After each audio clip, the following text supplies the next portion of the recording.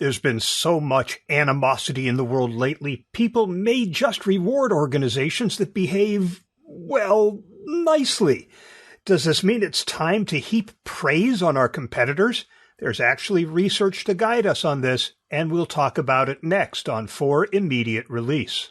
Another fine podcast from the FIR Podcast Network. This is For Immediate Release, the podcast for communicators.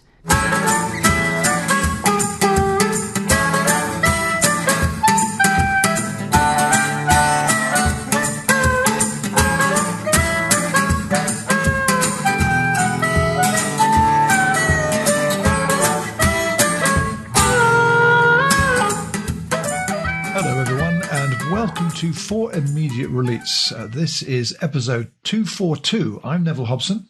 And I'm Shel Holtz. And today we're going to talk about how brands talk about their competitors. Usually you hear the beer companies slamming one another. I have often seen sports teams on Twitter making fun of each other and taking jabs at each other. But there's research that shows that that may not be the best approach for a brand to take. So I love research. I really enjoy when they present the results of a study that make you sit up and pay attention, that present something that you weren't expecting. And that was what I got out of this research that three academics presented in the Harvard Business Review. They're not Harvard professors, but this is where they published the results of this study that found that brands may be better off praising their competitors. I found that to be an intriguing idea. What they did was 11 experiments with close to 4,000 consumers to look at responses when a company actually said something nice about a competitor. In one study, what they did was they showed a group of consumers a fictitious tweet in which the candy bar Kit Kat praised competing candy bar from another candy maker, Twix. This made-up tweet said, "At Twix, competitor or not, congrats on your 54 years in business. Even we can admit Twix are delicious." Now, they showed a control group of consumers a tweet in which Kit Kat simply referred to its own products. Then they went back 11 days later to all of the participants and asked them what kind of candy they had bought in the previous 11 days. And those who had been shown the tweet in which Kit Kat praised Twix were 34% more likely to have bought a Kit Kat than those in the control group. Now, they went back and ran this experiment with other types of organizations, not just food, but also ride sharing, accessories, media, technology. And they consistently found that consumers showed greater interest in buying from the brands that praised their computers. Now, there are probably reasons for this today that go beyond what we might have seen, say, 15 or 20 years ago. People may be tired of all of the vitriol in our politics and our social discourse, and they like it when they see organizations being nice to each other. It could be something more deeply rooted.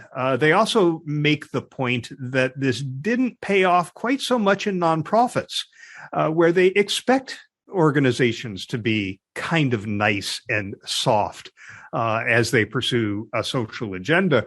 With people competing in the for-profit world, they may be a little more surprised to see organizations being nice and want to reward that, or just sticks in their mind a little more so that when they're in that liquor store and they see that Kit Kat bar, they go, "Oh, they're nice people. I'm going to have one of those," in addition to the fact, of course, that I like them. So I found that to be interesting, and I don't know how many organizations are going to take these researchers up on their recommendation that maybe you should be a little more praiseworthy about your competitors. Congratulate them on wins, for example. What do you think, Neville? You read this research. I did. I was intrigued like you were, and I think there's a lot of sense in the conclusions that the Harvard Business Review reports on.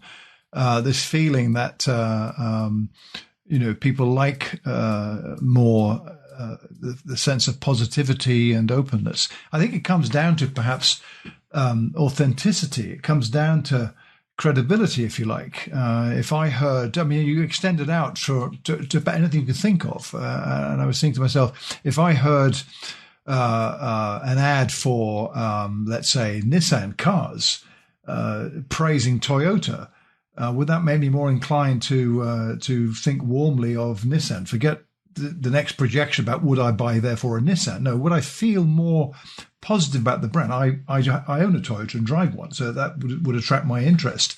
And I think the feeling for me is, yeah, it probably would for the points you made, which is really prevalent, is it not? Typically, it is a war zone in brand competitiveness, and the way in which every marketing message you hear about a given product is extolling its benefits, if not criticizing those of competitors, either directly or indirectly. And that's nothing wrong with that. What I like about this is they're suggesting you might do better if you do it this way rather than that way. And I think there's some validity in that statement, simply because of the feeling you have. My feeling on this, when I think about this and those examples, I like Kit Kats. I like Twix as well, by the way. And I think I would feel a brand exhibited confidence in itself if it were able to. So, McDonald's talks about the Whopper. What a great burger that is.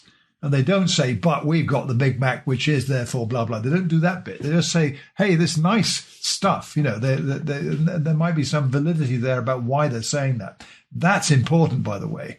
You've got to have something that is credible, that kind of puts the reason behind it in the listener's mind or the viewer's mind. Otherwise, you'll fail. But I think it's a valid bit of research, and as you mentioned, the results are consistent in every example they did. Their conclusion is what we've been saying, really. It suggests that praising the competition can substantially benefit brands, both in terms of consumers' perceptions and bottom line sales. I think that perceptions is the big one, and that's a tough one to measure directly. But nevertheless, this makes a lot of sense to me, Shell, I have to say.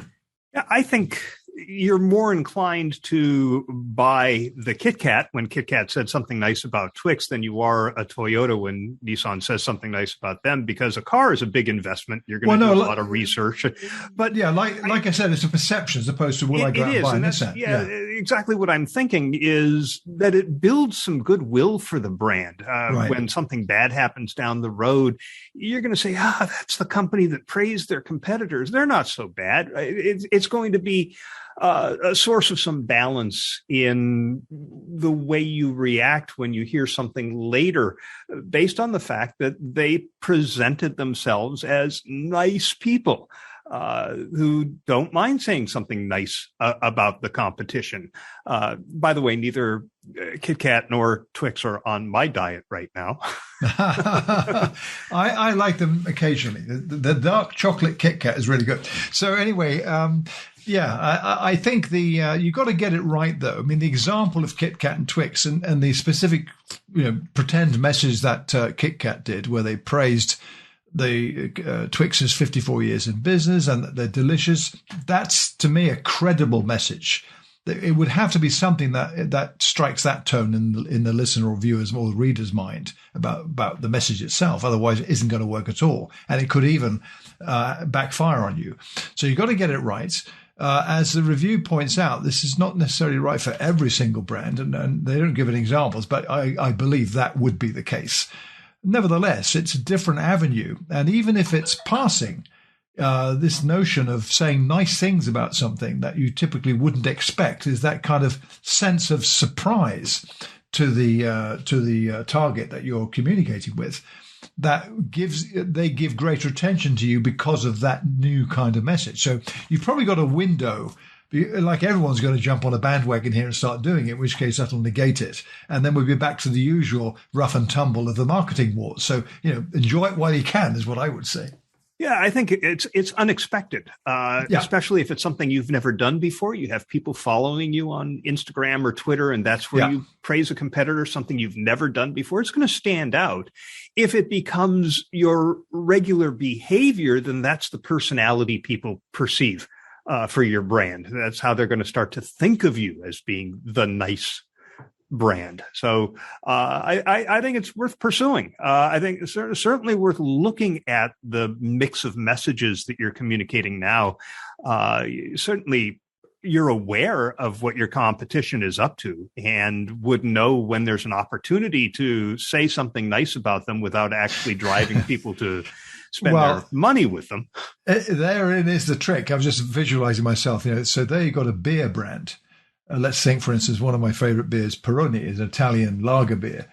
So let's say I saw or heard an audio for an ad from Peroni saying, hey, go and check out Foster's Lager. They make a pretty good lager. It's great to have a brand like that next to us. Cheers, Foster's. So what happens when you go out and buy the Foster's? You don't buy the Peroni. So you've got to pitch it right. Otherwise, you risk, building up your competitor in ways that you certainly didn't plan to. So you've got to get it right, and you can't keep doing this a lot. I think these are very carefully selected moments where you do. Yeah, and I think in your example, it would be fine is it pierogies? I'm not familiar with them. Peroni, or actually, Peroni is the Italian pronunciation. Oh, Peroni. Yeah, if they were to congratulate Foster's Lager on winning Australian Beer of the Year award, right. I mean, exactly. That's the type of thing that you would want to go ahead and say something nice. Exactly right. I agree. So there's opportunity here for brands to do something nice, and that pays dividends according to this research. And that'll be a 30 for this episode of For Immediate Release.